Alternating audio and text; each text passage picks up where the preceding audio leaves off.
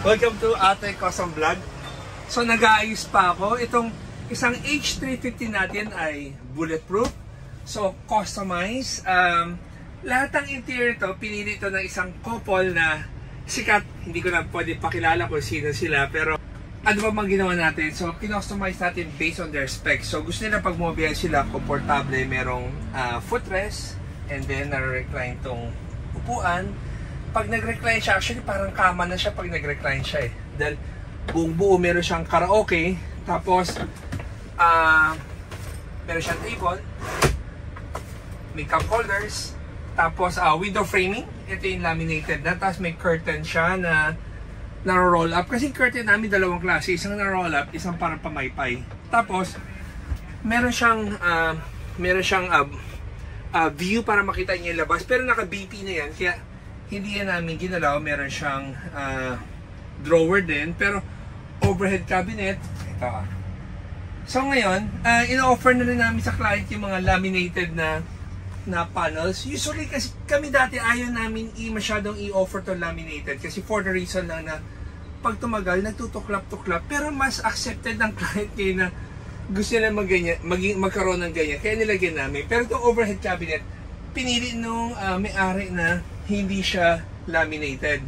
Tapos itong unit ito, dati meron ng ibang nag-customize ito. So talaga tinanggal lang namin lahat ulit at inulit namin.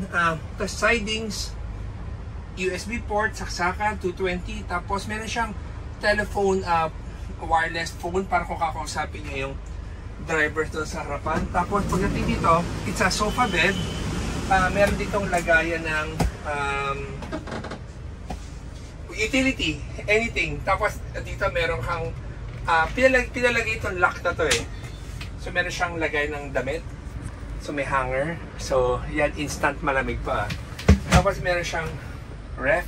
Itong ref and freezer niya, ito din, ni-reuse na lang namin yung dating kinostomize sa kanya para ma-maximize, para hindi masayang. This one is a sofa bed. So ginawa ko ng bed, pero pag sofa, tutupin mo siya at itutulak mo lang papunta doon. Tapos we have the toilet. So itong poster to, it's a bulletproof kaya hindi ko na rin ginalaw. Pero syempre ang laging ginagamit ng toilet, most of the customizer ngayon even pati yung mga competitors namin, puro domestic na ginagamit. Kasi dati ang domestic hindi magamit ng mga clientele, parang napakamahal. Imagine mo ang China, 35,000. Itong domestic, doble.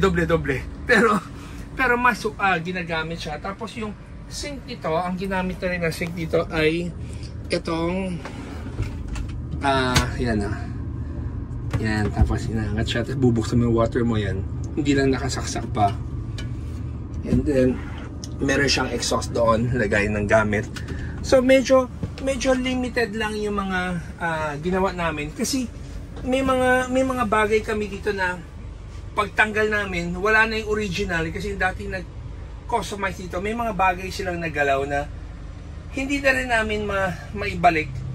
Kaya yung layout, may mga bagay dito na hindi na namin ma-customize dahil mas mahirap paggawin. So inayos na lang namin. So guys, it's a Hyundai H350. Kung gusto pa makita yung mga ibang ginagawa namin, pasok lang sa YouTube channel natin. At mag-like and subscribe na lang kayo dito sa YouTube channel natin para makita nyo rin yung mga iba pa natin ginagawa. So marami kami ginagawa ngayon na Toyota Coaster at saka Hyundai H350. Bigla silang dumami. Pwera sa tourer, dumami ulit yung mga coaster. So ngayon, tuloy-tuloy yung mga coaster namin. Kaya marami kayong makita ang vlog namin na panay Toyota Coaster. So guys,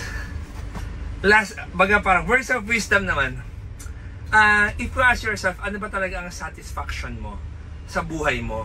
So, sa akin nahanap ko na ang pinaka-satisfaction pala ng life ng isang tao or treasure ng isang tao is your relationship with Christ. Kasi, yun na lang yung parang pinaka pwede mong bit-bit na hindi mananakaw sa'yo. So, I wanna share that words of wisdom lang. And guys, thank you for watching, and always remember, happy lang everyday. Jesus loves you, and God bless. Pingyo, like a song.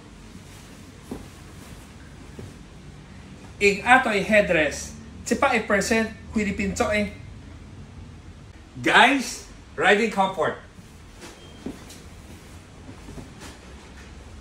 Ato yung headrest, 100% Pinoy.